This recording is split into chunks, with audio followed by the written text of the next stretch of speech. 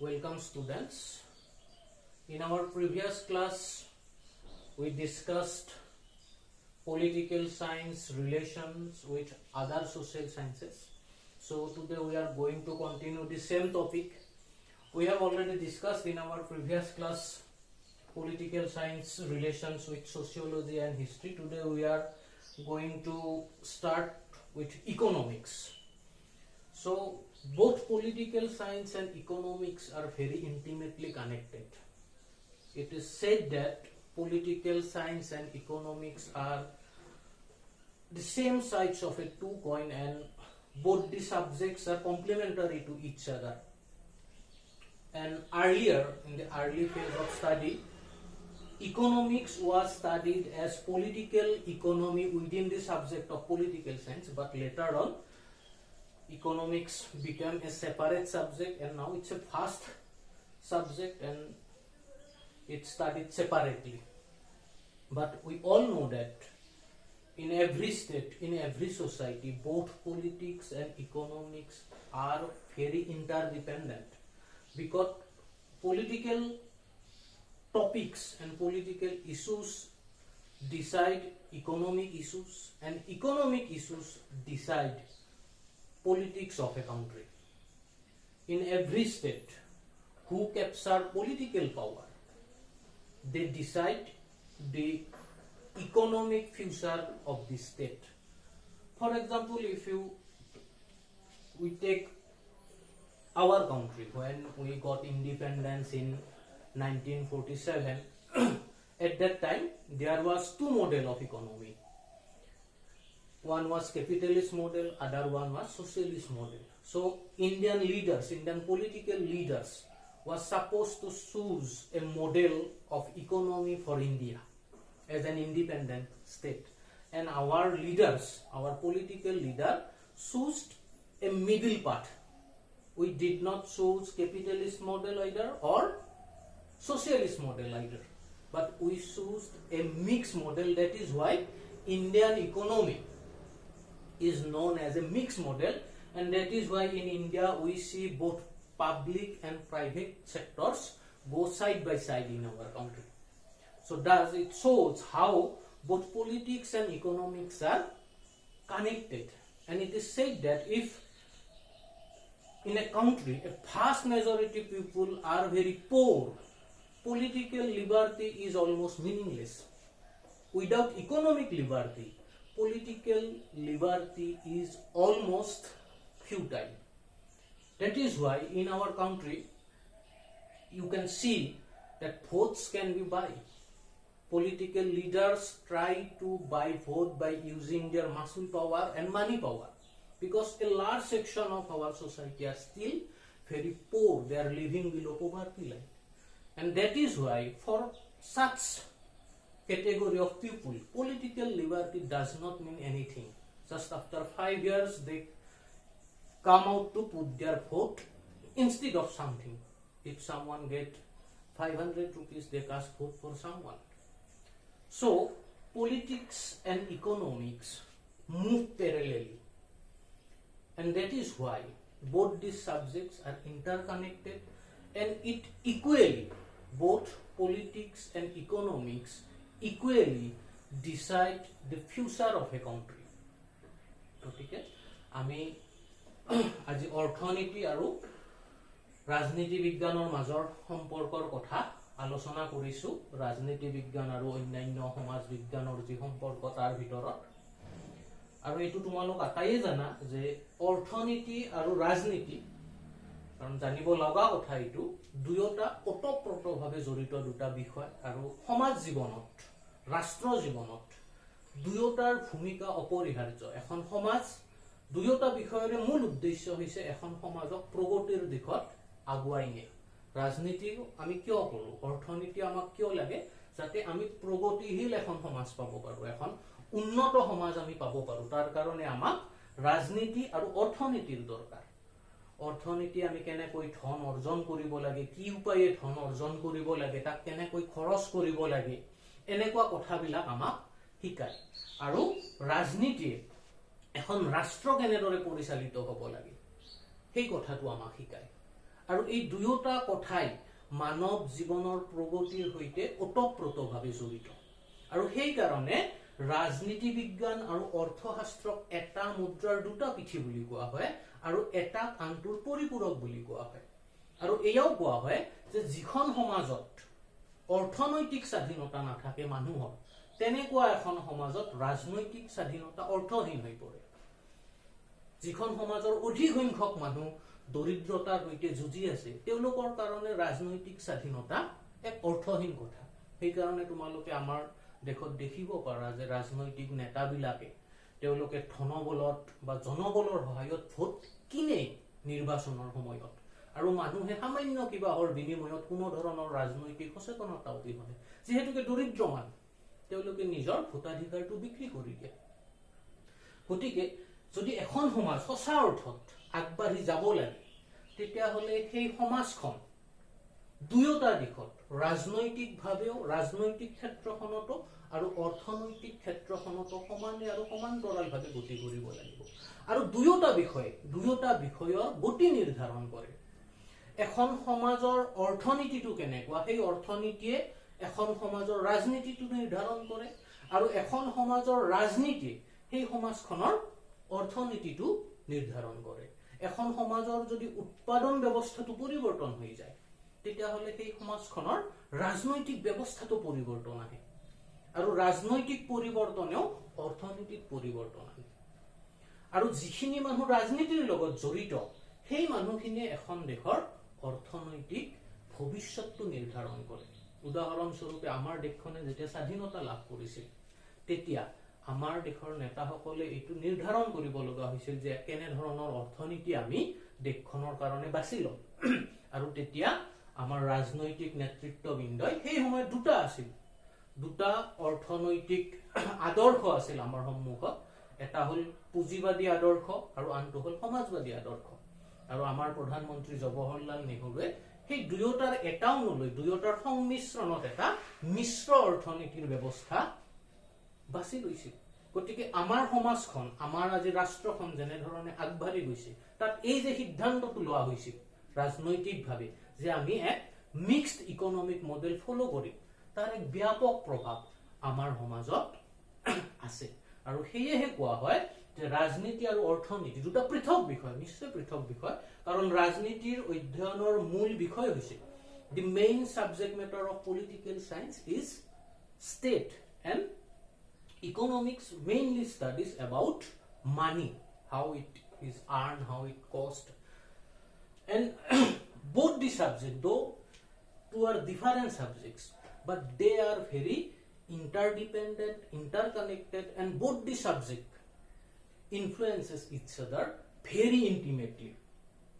সেই কাৰণে অৰ্থনীতি আৰু ৰাজনীতি এই দুয়োটা বিষয়ৰ কিছু সাম্য জ্ঞান থকাটো আমাৰ অতিকে দৰকাৰী আৰু দুয়োটা সমাজ বিজ্ঞান ৰাজনীতি বিজ্ঞানো এক সমাজ বিজ্ঞান অৰ্থনীতিও এক সমাজ বিজ্ঞান আৰু দুয়োটা বিষয় দুয়োটা নিবিড়ভাৱে প্ৰভাৱিত কৰে আৰু এটাৰ অবিহনে আনটো প্ৰায় অসম্পূৰ্ণ সেয়েহে আমি ৰাজনীতি আৰু অৰ্থনীতিৰ যিটো সম্পৰ্ক সেইটো আমি ভালদৰে অধ্যয়ন কৰি বুজি লোৱাটো উচিত মই মূল কথাখিনি তোমালোকক কৈ দিছো তোমালোকে বিতংভাৱে জানিবলৈ টেক্সটবুকৰ সহায় লবা I am just giving you the summary of the relation between political science and economics so if you want to know details you must go through your textbook in every detail with so many quotations it is very well written in your textbook I am just giving you the summary so next we are going to discuss about ethics how ethics is related with political science so political science and ethics that আমি অসমীয়াত নীতিশাস্ত্ৰ বুলি কওঁ আৰু নীতিশাস্ত্ৰ হ'ল যি উচিত অনুচিত নিৰ্ধাৰণ কৰে কি শুদ্ধ কি অশুদ্ধ নৈতিকভাৱে সেয়া বিচাৰ কৰা বিষয়টোৱে হৈছে যিটো বিষয় এইটো অধ্যয়ন কৰে যে কি শুদ্ধ কি অশুদ্ধ সেই বিষয়টোক আমি নীতিশাস্ত্ৰ বুলি কওঁ আৰু ৰাজনীতি বিজ্ঞান এনেকুৱা এটা বিষয় যে সমাজ জীৱনৰ বহু কথা নিৰ্ধাৰণ কৰে আৰু যেতিয়া সমাজ জীৱনৰ অতি গুৰুত্বপূৰ্ণ বিষয়বিলাক নিৰ্ধাৰণ কৰিব লগা হয় হি নীতিসন্মত হোৱাটো জৰুৰী বুলি বহুত ৰাজনৈতিক চিন্তাবিদে কয় সেয়ে মহাত্মা গান্ধীয়ে কৈছিল যে যি নীতি বিৰুদ্ধ সি কেতিয়াও ৰাজনৈতিকভাৱে শুদ্ধ হ'ব নোৱাৰে কিন্তু আন এচাম চিন্তাবিদ আছে যিসকলে কয় যে ৰাজনৈতিক ক্ষেত্ৰখনত নীতিশাস্ত্ৰক বিশেষ গুৰুত্ব দিবলগীয়া নাই যেনে কৌটিল্য বা মেকিয়াভেলি এই ধৰণৰ ৰাজনৈতিক চিন্তাবিদসকলে কৈছিল যে ৰাজনীতিৰ ক্ষেত্ৰত নৈতিকভাৱে কি শুদ্ধ অশুদ্ধ তাক গুৰুত্ব দিয়াতকে এখন দেশৰ ৰাজনৈতিক স্বাৰ্থ ৰাষ্ট্ৰীয় স্বাৰ্থ কেনেদৰে সুৰক্ষিত হয় সেই কথাটোকে অধিক গুৰুত্ব দিব পাৰে অৰ্থাৎ নৈতিকভাৱে নীতিসন্মতভাৱে কিছু কথা সম্ভৱ নহলেও যদি এখন দেশৰ ৰাজনৈতিক স্বাৰ্থ সিদ্ধি হয় তেনেকুৱা কথা বা কাম বা সিদ্ধান্ত এখন ৰাষ্ট্ৰই লব পাৰে গতিকে এনে ধৰণৰ এক দ্বিমত আছে কিন্তু এইটো সত্য আমি মানি লাগিব যে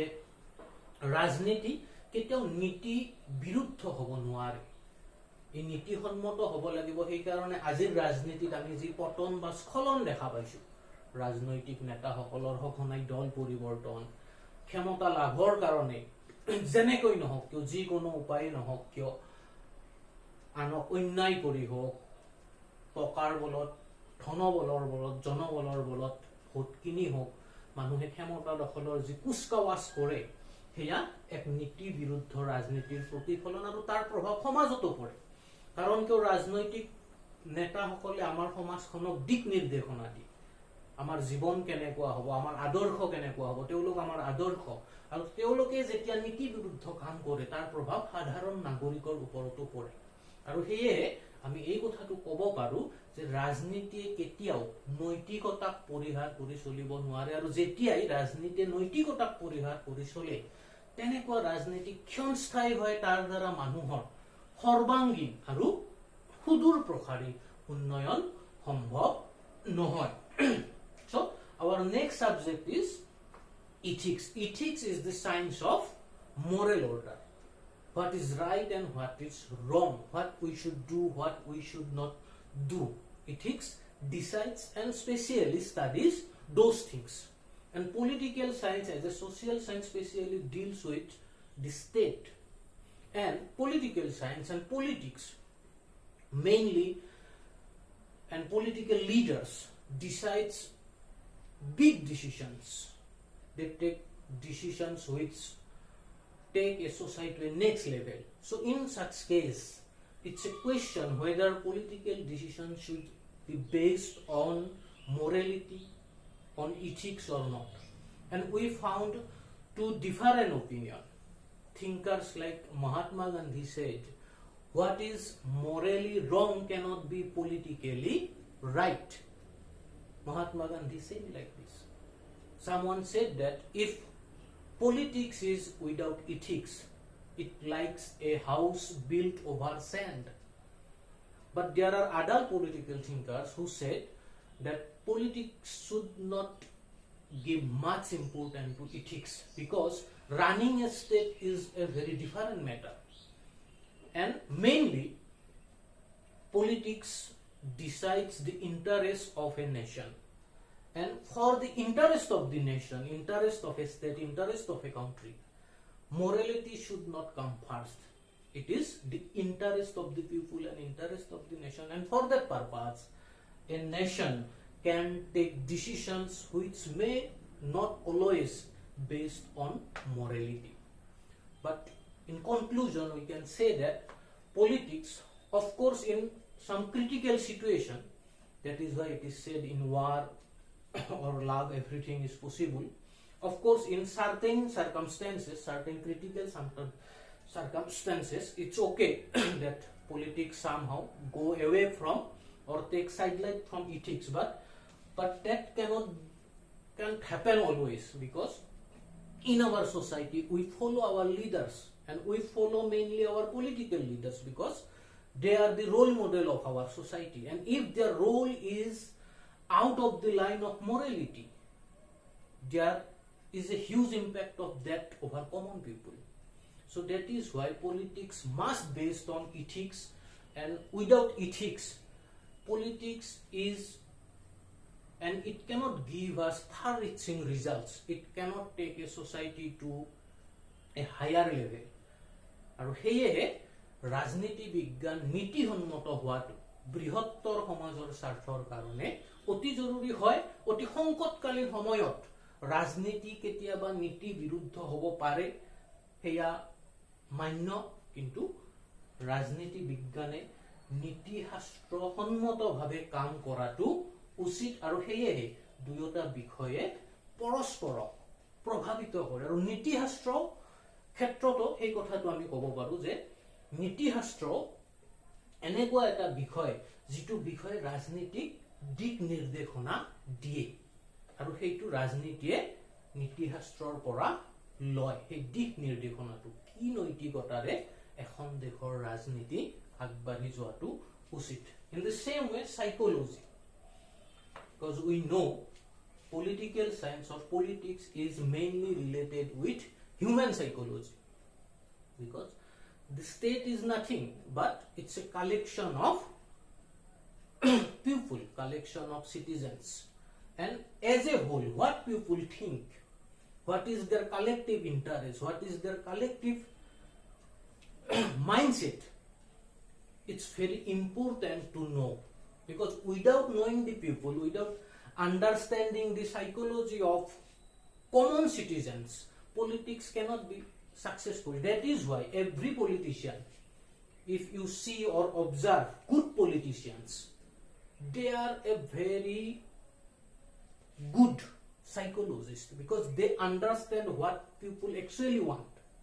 Without understanding the psychology of common people, you can't be a good leader. That is why if you take example of very popular leader from any region, any country, you will see that they know well very the common psychology of common people, what they actually want, what is their needs, what they expect from leaders, and with that, observing that, politician decides their principles, rules, and they give such opportunities to people. That is why political science is also related with psychology. কারণ আমি মানুহৰ মনোজগতখন বুজি পাব লাগিব। কাৰণ মানুহে কেনেদৰে ভাবে, এখন সমাজৰ বৃহত্তৰ সমাজ এখনৰ সামগ্ৰিক যেটো মনোবিজ্ঞান হেতু কি, তেওঁলোকে কেনে ধৰণে কথাবিলাক চিন্তা কৰে, কি বিচাৰে, ৰাজনৈতিক নেতাৰ পৰা তেওঁলোকে কি আশা কৰে, কেনে ধৰণৰ নীতি নিয়ম আশা কৰে, সুবিধা আশা কৰে, এইটো বুজি পোৱাটো অতি দৰকাৰী। আৰু সেই কাৰণে ৰাজনীতি বিজ্ঞানে মনোবিজ্ঞানৰ বিষয়সমূহক জুকিয়াই চাই, আৰু সেইটো চোৱাটো দৰকাৰী, তেতিয়াহে ৰাজনীতি সফল হয়। কাৰণ যদি আমি সাধাৰণ মানুহৰ মনোজগতখন বুজি নাপাওঁ, তেতিয়াহ'লে আমি সফল ৰাজনীতি কৰিব নোৱাৰো। Yes, our next topic is what do we study in political theory. So we have already discussed many times in my previous classes that political theory is a major part of political science. Within political science, political theory is a major part or a major subject, or it's a huge, it covers a huge scope of political science. So now the point is what we actually study within political theory. So this is the book of political theory, and you can see the contents. So here especially we are going to discuss what we study in political theory, what is its importance, and what is its utility actually. What we study within political theory, what is its importance, and what its utility. ৰাজনৈতিক তত্ত্বনো আমি কি অধ্যয়ন কৰো, ইয়াৰ গুৰুত্ব কি, আৰু ইয়াৰ উপযোগিতা কি। ইতিমধ্যে মই আমাৰ আগৰ ক্লাছসমূহত কৈছো যে ৰাজনৈতিক তত্ত্ব ৰাজনীতি বিজ্ঞানৰ ভিতৰতে এটা অন্যতম শাখা। ৰাজনীতি বিজ্ঞানৰ যে পৰিসৰ তাৰ এক বৃহৎ অংশ ৰাজনৈতিক তত্ত্বই দখল কৰি আছে। আৰু ৰাজনৈতিক তত্ত্ব ৰাজনীতি বিজ্ঞানৰ সেইটো শাখা যিটো শাখাই মূলতঃ ৰাজনীতি বিজ্ঞানৰ মূল ধাৰণাসমূহ আলোচনা কৰে। আৰু যেতিয়া আমি ৰাজনীতি বিজ্ঞানৰ মূল ধাৰণাসমূহ বুলি কওঁ সেই ধাৰণাসমূহত আহে ধৰা এনেকুৱা অধিকাৰ যাক আমি ইংলিছত কম ৰাইটস কৰ্তব্য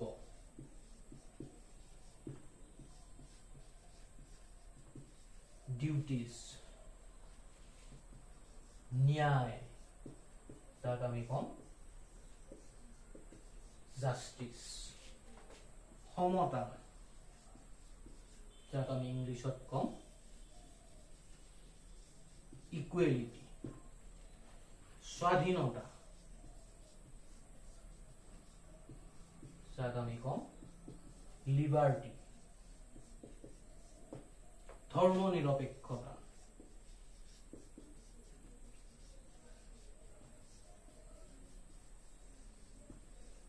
যাক আমি কম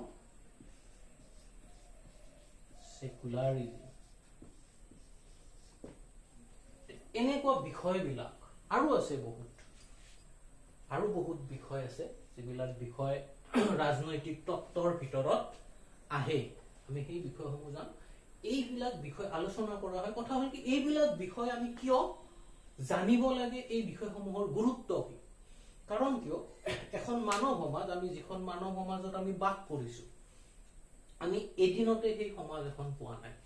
আজিৰ যি সভ্য সমাজ এই সমাজখন পাবলৈ আমি এক পৰ্যায়ক্ৰমে গতি কৰি আহি এইখন সমাজ পাইছো আৰু তাৰ কাৰণে বিভিন্ন আন্দোলন হৈছে ঘাট প্ৰতিঘাত হৈছে তাৰ মাজেৰে আহি আজি আমি এখন এনেকুৱা সমাজ পাইছো যত আমি কিছু পৰিমাণে সম্পূৰ্ণৰূপে এতিয়াও আমাৰ সমাজত ন্যায় স্বাধীনতা সমতা এইবিলাক বিষয় সুৰক্ষিত হোৱা নাই এতিয়াও বহুত অসমানতা আছে এতিয়াও মানুহে নিজৰ অধিকাৰৰ পৰা বঞ্চিত হৈ আছে এতিয়াও ধৰ্মৰ নামত জাত পাতৰ নামত বিভিন্ন ঘটনা মানুহৰ শৰীৰৰ ৰঙৰ নামত জাতি ভেদৰ নামত বিভিন্ন ঘটনা ঘটি আছে কিন্তু এই সংঘাতৰ মাজেৰে আমি আগবাঢ়ি আছো কাৰণ কিয়নো এক ক্ৰমবিৱৰ্তনৰ পথেৰে আমাৰ সমাজ ব্যৱস্থাও আগবাঢ়ি আছে আৰু এইসমূহ যেতিয়া আমাক দৰকাৰ হয় এই ধাৰণাসমূহ কোনোবা মনীষে ৰাজনৈতিক চিন্তাবিদে পলিটিকেল ফিলচফাৰে এই ধাৰণাসমূহ আগবঢ়াব লাগিব তাৰ গুৰুত্ব কি বুজাব লাগিব আৰু বিভিন্ন সময়ত প্লেটৰ পৰা এৰিষ্টটলৰ পৰা ৰুছৰ পৰা জন ষ্টুৱাৰ্ট মিলৰ পৰা লাস্কিৰ পৰা অনেক অগণন ৰাজনৈতিক চিন্তাবিদ আৰু দাৰ্শনিকে বিভিন্ন সময়ত বিভিন্ন ধাৰণাসমূহৰ গুৰুত্ব কি আমাক বুজাইছে ফ্ৰেঞ্চ বিপ্লৱ হৈছিল ফ্ৰেঞ্চ বিপ্লৱত ধৰা কিছুমান ধাৰণা আমি পাইছো ভাৰতৰ স্বাধীনতা আন্দোলন হৈছে আমেৰিকাৰ স্বাধীনতা আন্দোলন হৈছিল এনেকুৱা আন্দোলনসমূহে আমাক কিছুমান ধাৰণা দিছে আমাৰ সমাজত আৰু সেই ধাৰণাসমূহক আমি কি কৰিছো আমাৰ সংবিধান বিলাকত আমি লিপিবদ্ধ কৰি লৈছো যেনে ভাৰতীয় সংবিধানে ভাৰতবৰ্ষক এখন কি বুলি কৈছে এখন স্বাধীন সাৰ্বভৌম গণতান্ত্ৰিক গণৰাজ্য বুলি কৈছে যিখনে ধৰ্ম নিৰপেক্ষতাক গুৰুত্ব দিয়ে সামাজিক ন্যায় আৰু সমতাক গুৰুত্ব দিয়ে এই ধাৰণাসমূহক আমি আমাৰ সমাজৰ মৌলিক বিষয় হিচাপে আমি লৈছো আৰু আমাৰ যিখিনি ৰাজনৈতিক অনুষ্ঠান প্ৰতিষ্ঠান আছে সেই অনুষ্ঠান প্ৰতিষ্ঠানসমূহৰ মাজত আমি সেই বিষয়সমূহ লৈ আমি মানুহক এনেধৰণে অধিকাৰ দিব চেষ্টা কৰিছো সমতাপূৰ্ণ এখন সমাজ দিব চেষ্টা কৰিছো তোমালোকে জানা এতিয়া এটা বিতৰ্কিত বিষয় কিন্তু আমাৰ সংবিধানৰ এক অন্যতম প্ৰণেতা আমাৰ খচৰা ভাৰতীয় সংবিধানৰ যি ড্ৰাফট নিৰ্মাণ কৰিছিল ডক্টৰ বি.আৰ. আম্বেদকাৰ তেওঁ ভাৰতবৰ্ষৰ অতি পিছপৰা শ্ৰেণীৰ মানুহৰ কাৰণে সংৰক্ষণৰ ব্যৱস্থা কৰিছিল ৰিজাৰ্ভেশ্যন ব্যৱস্থা বুলি আমি যাক কওঁ সিও এক সমতা দিয়ৰে কিন্তু উপায় যাতে সমাজৰ অতি পিছপৰা যিখিনি মানুহ শৈক্ষিকভাৱে অৰ্থনৈতিকভাৱে ৰাজনৈতিকভাৱে সেই মানুহখিনিকো যাতে আগবঢ়া মানুহখিনিৰ সমানে আমি সুবিধা দিব পাৰো তাৰ কাৰণে এই যিটো ৰিজাৰ্ভেশ্যন ব্যৱস্থা ভাৰতত এই ব্যৱস্থাটো কৰা হৈছিল গতিকে বিভিন্ন সময়ত মহাত্মা গান্ধীয়ে ধৰা কৈছিল যে ভাৰতবৰ্ষ এখন এনেকুৱা দেশ যে ই গ্ৰাম্য অৰ্থনীতিৰ ওপৰত নিৰ্ভৰ হ'ব লাগে তেওঁ হিন্দ স্বৰাজ নামৰ গ্ৰন্থত এই কথাটো কৈছিল যে উদ্যোগীকৰণ নহয় নগৰীকৰণ নহয় গ্ৰাম্য আৰু কুটিৰ শিল্পৰ জৰিয়তে ভাৰতবৰ্ষৰ উন্নতি হ'ব লাগে যে ভাৰতবৰ্ষ এখন ধৰ্ম নিৰপেক্ষ দেশ গতিকে সেয়েহে আজি ভাৰতবৰ্ষত প্ৰায় পৃথিৱীৰ যিমান ধৰ্ম আছে মুখ্য ধৰ্ম সকলো ধৰ্মৰ মানুহ আমি সন্মিলিতভাৱে ভাৰতবৰ্ষত আছো গতিকে এই ধাৰণাসমূহৰ গুৰুত্ব অপৰিসীম আৰু সেই ধাৰণাসমূহক আমি যেতিয়া সমাজত প্ৰতিষ্ঠা কৰিব পাৰোঁ সঁচা অৰ্থত তেতিয়াহে আমি এখন শান্তিপূৰ্ণ আৰু প্ৰগতিশীল সমাজ আমি লাভ কৰিব পাৰোঁ আৰু তাৰ অধ্যয়নে তাৰ গুৰুত্ব কি আমাক বুজায় এই ধাৰণাসমূহৰ গুৰুত্ব বুজি পাবলৈ হ'লে আমি সেইসমূহ অধ্যয়ন কৰিব লাগিব আৰু কিমান সংগ্ৰামৰ মাজেদি এখন সমাজে সেই অধিকাৰসমূহ পায় আজি হয়তো আমি নুবুজো কাৰণ কিয় আমি সেইখিনি পাইছোৱে এখন তেনেকুৱা সমাজতে আমাৰ জন্মগ্ৰহণ হৈছে কিন্তু আজিৰ পৰা যদি তোমালোকে 200 বছৰ আগৰ এখন সমাজৰ কথা ভাবা যে 200 বছৰ আগৰ পৃথিৱী য'ত গণতন্ত্ৰ নাছিল গণতান্ত্ৰিক ব্যৱস্থা এটা নতুন ব্যৱস্থা য'ত এতিয়া সকলো মানুহৰ হাতত অধিকাৰ আছে পুৰুষ মহিলা নিৰ্বিশেষে সকলোৱে এতিয়া ভোটাধিকাৰ সাব্যস্ত কৰিব পাৰে তোমাক কোনেও দুৰ্ব্যৱহাৰ কৰিব নোৱাৰে তুমি আদালতৰ সহায় ল'ব পাৰা আনকি চৰকাৰী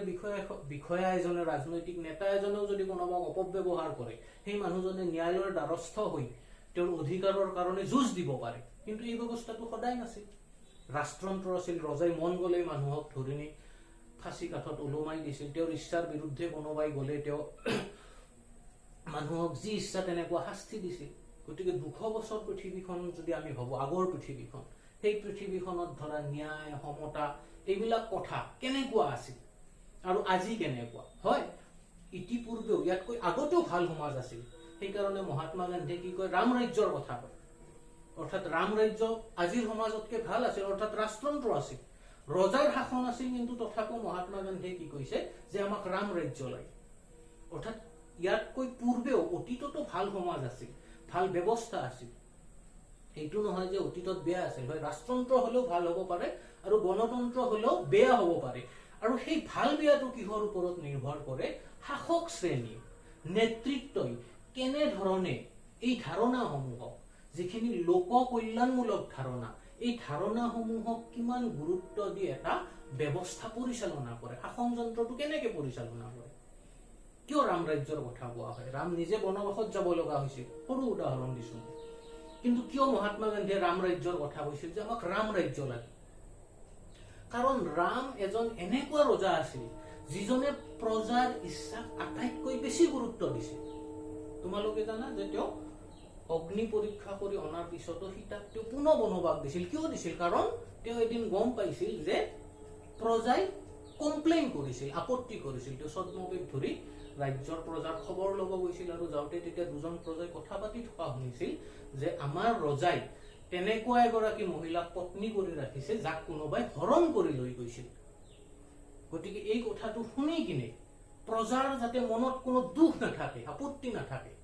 ৰামচন্দ্ৰই নিজৰ পত্নীকে আকৌ বনবাস দিছিল অৰ্থাৎ তেওঁ ইমান প্ৰজাবৎসল আছিল প্ৰজাৰ ইচ্ছাক তেওঁ ইমান সন্মান কৰিছিল ঠিক তেনে কাৰণতে মহাত্মা গান্ধীয়ে কয় যে শাসনত থকা মানুহবিলাক তেনেধৰণে প্ৰজাবৎসল হ'ব লাগে ইও এক ধাৰণা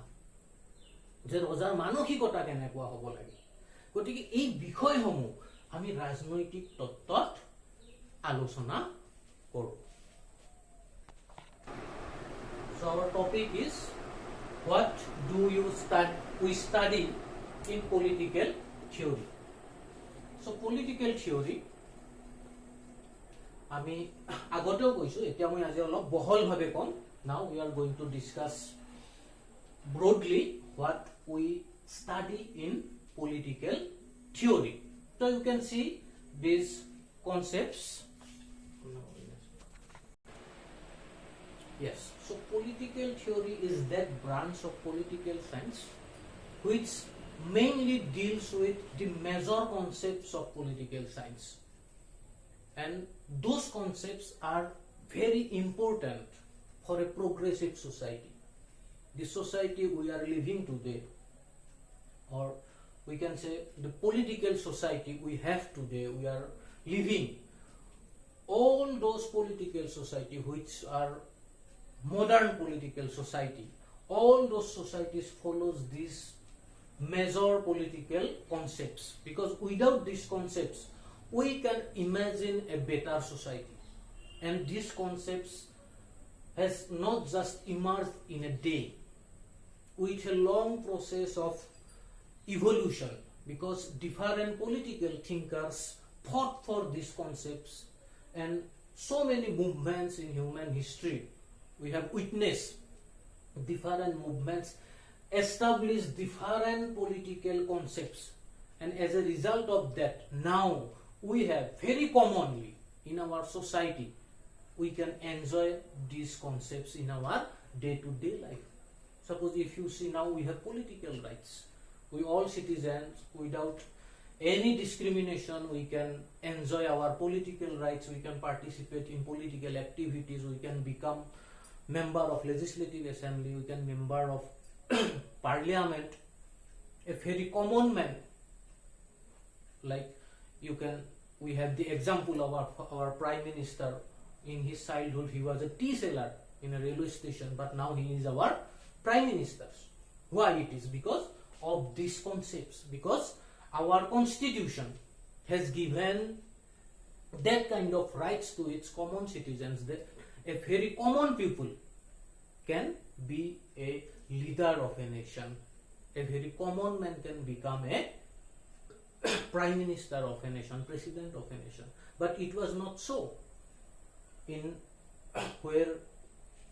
a king rules, a common man can never ever imagine to be a king, because in a dynasty it inherently come after generation by generation to their sons.